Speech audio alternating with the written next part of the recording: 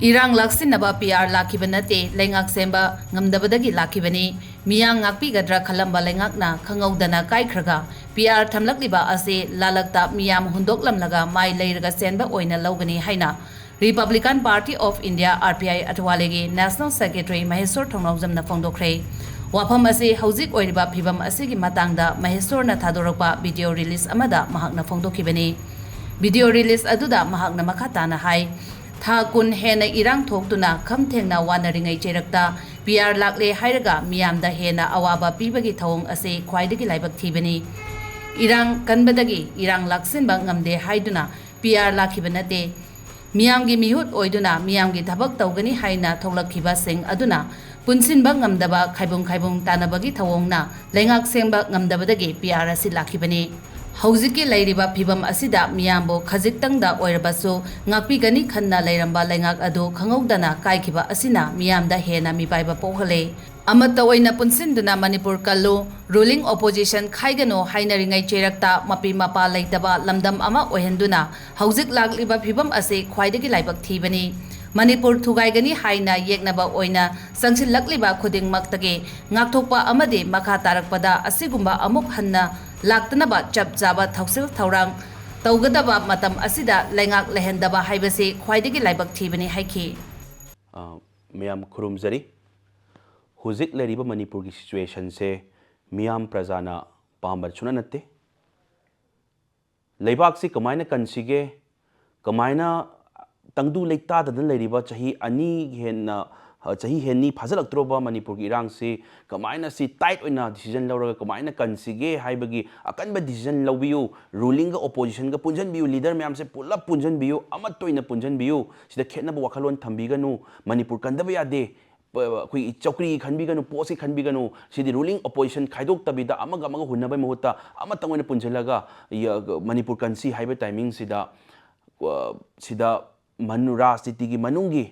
macet khaidot ngarba manba ruling marakta aigi koi mapi mapa leader koi Manipur si leader leitabadauna miyam mamangda koi gi malemda uhanba tasengna yam nungaijade yema matamda imung amada ahan leiriba mapi mapa leiriba ahan laman singduna ngakpigani hairaga praja mayamna khajitang orsu thajaraga leinaramiba mayamse si pura akoigi mamai leiraga chenbadauna akoigi uhan ubase tasengna nungaite kaigino haiba matamda hauji akoi leiri laiba PRC irang se lakshinba ngamdre kaina lakpa PR natte sarkar form tawba ngamdabagi lakpa PR ni sengna harabada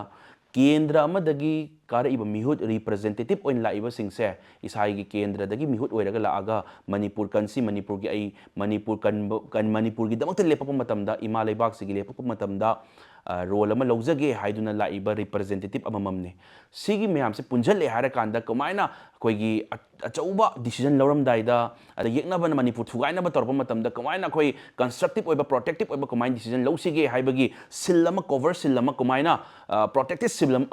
sillama kamaina thamsige na khandoba mikupsida mamai leraga chenba manba ama yawbase nungaijade si mamai leraga chenbagi manba maramna aikoigi PR se laibani na haijage aduna sina punjanba ngamdabagi damakta PR se laibni haijage mihut oina lae harakanda akoi isagi responsibility lawba ngamdabagi damakta PR se lakpani haijage so we request Lairiba leaders sing isa gi mihut oina laiba representative sing se amato in decision lawbiraga stable government ama yam thuna kanna yam thuba matamda semna bhona biu maramdi sina yam wana lairiba tangdu leita dadana lairiba koi miyam prajada kari thokadabno na lairigai timing sida sigi muk charak chahinaba haibadi mingonda pol akoigi pham pamba manbagi khoigi kulautanaba manba lobby tawnaba manba si uba matam sida praja na nungai ba honade aduna huzik ima leibak si yamna wan leringai timing sida mu emotionally torture tawbasi su honaba nate aduna yam tuna government stable am form tawraga yamna kanba yamna powerful oiba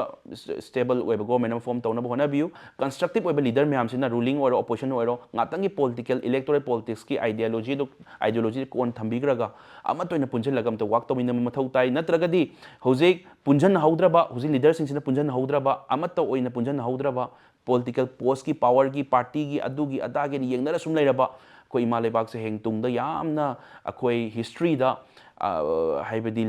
ꯄꯥꯜꯂꯝꯃꯤꯕ leader ꯂꯩꯔꯝꯃꯤꯕ leader ꯑꯣꯏꯔꯤꯕꯁꯤꯡꯗꯣ ꯁꯤ ꯍꯌꯦꯡ ꯇꯨꯡꯗ ꯌꯥꯝ ꯐꯖꯅ ꯁꯨꯁꯣꯟ ꯁꯣꯟꯅꯍꯧꯔꯣꯏ ꯃꯄꯤ ꯃꯄꯥ ꯑꯣꯏꯒꯅꯤ ꯍꯥꯏꯗꯨꯅ ꯑꯣꯏꯔꯒ ꯂꯩꯔꯤꯕ ꯃꯌꯥꯝ ꯂꯩꯔꯤꯕ ꯂꯤꯗꯔꯁ ꯃꯌꯥꯝꯁꯦ ꯑꯃꯠꯇ ꯑꯣꯏꯅ ꯆꯣꯡꯊꯣꯛꯃꯤꯟꯅꯔꯒ ꯁꯤꯗꯤ ꯃꯅꯤꯄꯨꯔꯁꯦ ꯑꯩꯈꯣꯏ ꯏꯔꯥꯡ ꯂꯣꯏꯕ ꯅꯠꯇ꯭ꯔꯤ ꯌꯦꯛꯅꯕ ꯃꯌꯥꯝ ꯃꯅꯤꯄꯨꯔ ꯊꯨꯒꯥꯏꯕ ꯄꯥꯝꯃꯤꯕꯁꯤꯡꯁꯦ ꯃꯈꯣꯏꯅ ꯄꯥꯝꯃꯤꯕ ꯄꯥꯟꯗꯝꯗꯨꯒꯤ ꯃꯥꯌꯣꯛꯇ ꯂꯦꯞꯄꯝꯃꯒ ꯃꯅꯤꯄꯨꯔ ꯀꯟꯕꯒꯤ ꯄꯟꯊꯨꯡꯗꯨꯗ ꯑꯩꯈꯣꯏ ꯃꯅꯤꯄꯨꯔ ꯀꯜꯂꯦꯀꯣ ꯑꯩꯈꯣꯏ ꯃꯅꯤꯄꯨꯔꯁꯦ ꯀꯅꯥꯝꯇ ꯊꯨꯒꯥꯏꯕ ꯉꯝꯃꯔꯣꯏꯀꯣ ꯍꯥꯏꯕꯒꯤ ꯄꯥꯟꯗꯝ ꯌꯥꯗꯦꯀꯣ ꯁꯤꯗꯤ ꯑꯩꯈꯣꯏ ꯌꯥꯔꯝꯗ꯭ꯔꯦꯀꯣ ꯑꯩꯈꯣꯏꯅ ꯇꯥꯜꯂꯤꯕ ꯗꯥꯕꯤ ꯃꯌꯥꯝ ꯑꯩꯈꯣꯏꯅ ꯃꯅꯤꯄꯨꯔ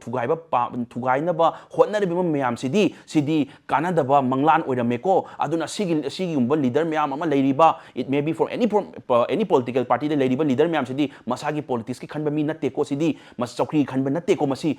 ꯃꯅꯤꯄꯨꯔ ꯀꯟꯅꯤꯡꯕ ꯉꯥꯛꯇ ꯑꯣꯏꯔꯝꯃꯦꯀꯣ ꯑꯁꯤꯗꯤ ꯑꯩꯈꯣꯏꯅ ꯍꯧꯔꯨꯕ ꯌꯥꯕ ꯅꯠꯇꯦꯅ ꯑꯗꯨ ꯌꯧꯔꯀꯥꯟꯗ ꯃꯃꯥꯏ ꯂꯩꯒꯦꯔꯥ ꯆꯦꯟꯕꯤꯌꯨ ꯍꯧꯖꯤꯛꯇꯤ ꯂꯣꯏꯅ ꯄꯨꯟꯁꯤꯜꯂꯒ ꯑꯃꯠꯇ ꯑꯣꯏꯅ ꯂꯦꯞꯃꯤꯟꯅꯔꯒ ꯃꯅꯤꯄꯨꯔ ꯊꯨꯒꯥꯏꯕ ꯄꯥꯝꯃꯤꯕ ꯃꯤꯁꯤꯡꯁꯤꯒꯤ ꯃꯥꯌꯣꯛꯇ ꯑꯃꯨꯛꯇꯪ ꯂꯦꯞꯃꯤꯟꯅꯔꯒ ꯃꯈꯣꯏ ꯁꯤꯃ ꯌꯥꯗꯦꯀꯣ ꯃꯅꯤꯄꯨꯔꯗ ꯊꯨꯒꯥꯏꯒꯦ ꯍꯣꯠꯅꯔꯤꯕ ꯃꯤꯁꯤꯡꯁꯦ ꯁꯤꯃꯗꯤ ꯌꯥꯔꯝꯗ꯭ꯔꯦꯀꯣ ꯍꯥꯏꯕꯁꯦ ꯁꯤ ꯑꯃꯇꯪ ꯈꯪꯍꯜꯂꯝꯁꯦ ꯍꯥꯏꯕꯁꯦ ꯁꯤ ꯍꯥꯏꯖꯅꯤꯡꯉꯦ ꯑꯩꯅ ꯊꯦꯡꯛ ꯌꯨ